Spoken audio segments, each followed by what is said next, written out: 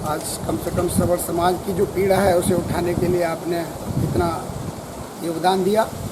सवर्ण समाज के 73 वर्षों से एक बहुत ही जानी पहचानी पीड़ा है जिसे अक्सर दबाया जाता है। वो पीड़ा है सवर्ण समाज के बच्चों की उपेक्षा। जितनी भी सरकारी सुविधाएं आप देखते हैं तो वो जातिगत ही होती हैं। जातिगत भेदभाव खासकर सामान्य वर्ग के बच्चों को इस तरह से कर दिया जाता है जैसे वो संवैधानिक अछूत हों। सवर्ण महाकुंभ शक्ति और भक्ति की नगरी चित्तौड़गढ़ के होटल पद्मिनी में हुआ संपन्न। राजस्थान में चित्तौड़गढ़ जिला मुख्यालय पर स्वर्ण समाज के आर्थिक हितों की रक्षा का संदेश देने एवं संपूर्ण सवर्ण समाज को एकता के सूत्र में पिरोने के लक्ष्य को लेकर सवर्ण फाउंडेशन महासंघ राजस्थान द्वारा आयोजित सवर्ण महाकुंभ शक्ति भक्ति त्याग बलिदान की पावन धरा एवं महाराणा प्रताप की जन्मभूमि चित्तौड़गढ़ के होटल पद्मिनी में आयोजित किया गया। सवर्ण महाकुंभ को संबोधित करते हुए राष्ट्रीय प्रवक्ता यूएस राणा ने कहा कि संपूर्ण देश में आजादी के बाद सामान्य वर्ग के साथ हुए संवैधानिक भेदभाव के खिलाफ संघर्ष का हम सभी हिस्सा है। इसमें सवर्ण के लिए सवर्ण आयोग की मांग प्रमुख है। जिस तरह अन्य वर्गों के लिए आयोग गठित है जिसके तहत उन्हें शिक्षा, रोजगार आदि सुविधाएं मिलती हैं, ऐसा आयोग सामान्य वर्ग के लिए नहीं है। सवर्ण महासंघ के संघर्ष के फलस्वरूप हिमाचल, मध्य प्रदेश आदि राज्यों में सवर्ण आयोग की घोषणा हो चुकी है। स्वर्ण महासंघ फाउंडेशन के राष्ट्रीय प्रवक्ता एवं मुख्य वक्ता यूएस राणा ने बताया कि आजादी के बाद के 73 वर्षों से स्वर्ण समाज इस पीड़ा को खामोशी से सहन कर रहा है क्योंकि इस वर्ग का आजादी, राष्ट्रवाद और देश में पूर्ण विश्वास है, मगर आज का युवा इस भेदभाव से कराह उठा है और अवसादग्रस्त हो रहा है।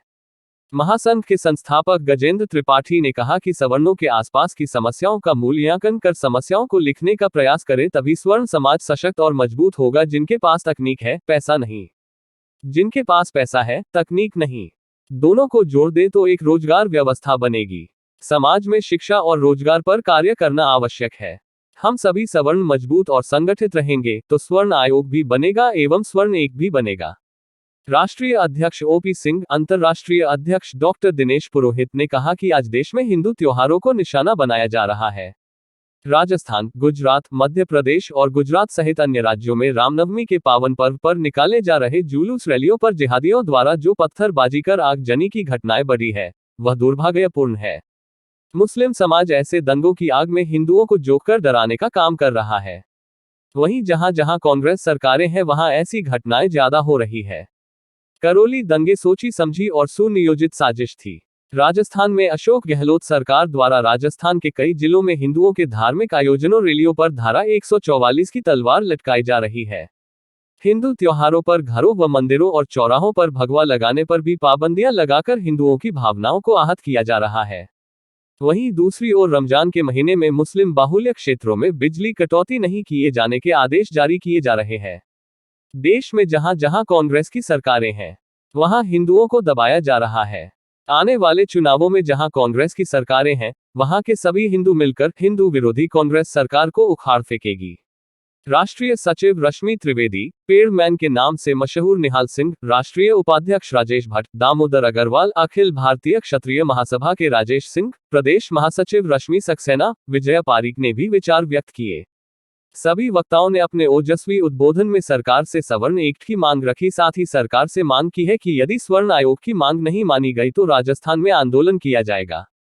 संचालन फाउंडेशन के प्रदेश अध्यक्ष लोकेश त्रिपाठी ने किया। स्वागत उद्बोधन जिलाध्यक्ष शिवप्रकाश मंत्री ने दिया। आभार प्रदेश उपाध्यक्ष मनोज पारीक ने किया। इस दौरान प्रदेश प्रचारक चेतन गौड़, राजकुमार वैद, पिंटू मोदी, भूपेंद्र दाधीच, दीपक मेनारिया, कमलेश मेहता, दीपिका झाला, दीपिका मेनारिया, भगवत कंवर, अनिल मंत्री आदि उपस्थित थे। चित्तौड़गढ़ से अलर्ट नेशन न्यूज के लिए अभियंता अनिल सुखवाल की यह खास रिपोर्ट। आज कम से कम सवर्ण समाज की जो पीड़ा है उसे उठाने के लिए आपने इतना योगदान दिया। सवर्ण समाज के 73 वर्षों से एक बहुत ही जानी पहचानी पीड़ा है जिसे अक्सर दबाया जाता है। वो पीड़ा है सवर्ण समाज के बच्चों की उपेक्षा।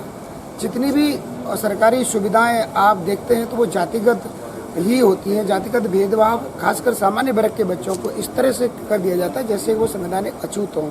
हमारी पीड़ा ये है कि संवैधानिक अछूत जो आज तक 73 वर्षों से इन्हें बनाया गया है उसकी कब आवाज़ सुनी जाएगी। उसी आवाज़ के मंथन के लिए आज चित्तौड़गढ़ की धरा पर पावन भूमि है माँ पद्मिनी और महाराणा प्रताप और सभी शौर्य भूमि कहा जाता है। इस पर हमने एक सवर्ण महाकुंभ रखा और उसमें एक आवाज़ को बल देने के लिए ये मंथन किया।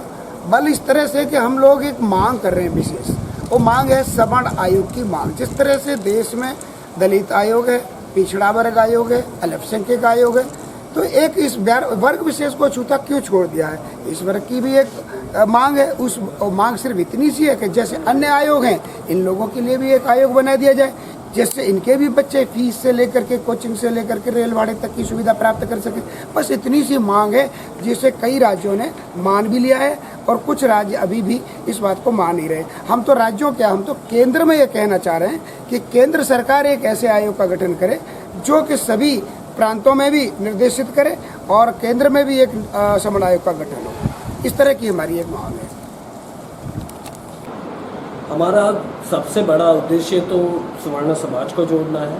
आज राजस्थान में जिस तरह की परिस्थितियां हिंदुओं के साथ या सवर्ण समाज के साथ जो हो रही है, उसका संज्ञान लेते हुए इसलिए हमने ये कार्यक्रम राजस्थान में रखा। जिस तरह से बारवा में एक राजपुरोहित बच्चे पे SC/ST एक्ट लगा, करौली में जैसे हिंसा हुई, तो हम चाहते हैं कि हमारा सवर्ण समाज इकट्ठा हो और सवर्ण समाज की भलाई के लिए हम कुछ कार्य करें, एजुकेशन में, रोजगार में। इसलिए हम आज यहाँ इकट्ठे हुए थे और सदस्यों को जोड़ने और सवर्ण समाज का फैलावा पूरे राज्य में हो, इसके लिए हमने ये कार्यक्रम चित्तौड़गढ़ में रखा।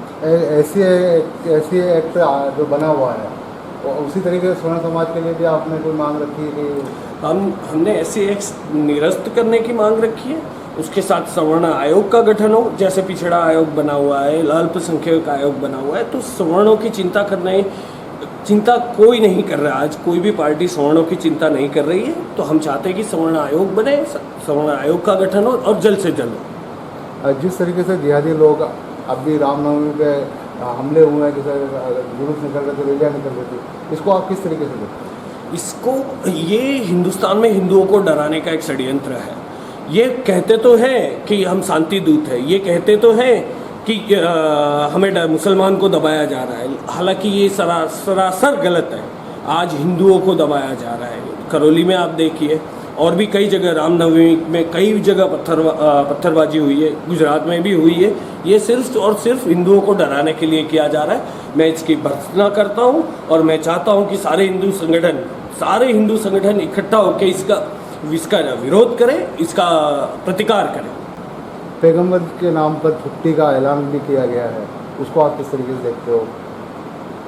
सर, पैगंबर के नाम पे अगर छुट्टी का ऐलान किया है तो ये संविधान में उनको, अगर न हमने कभी उनको नमाज पढ़ने से रोका है, ना उनके कोई अधिकार हम वो कर रहे हैं। लेकिन आज हिंदू के हर अधिकार पे ये लोग पत्थरबाजी करते हैं। ये लोग जिस तरह से कोशिश की जा रही है, जैसे लव जिहाद चल रहा है, जैसे सारे जिहाद इन्होंने जो इकोनॉमी जिहाद की है, जिन्होंने हलाल जिहाद किया हुआ है, तो ये करते ही रहते। अब हमारी बारी आएगी, हम इसका पूर्ण जोर से प्रतिकार करेंगे, लड़ेंगे।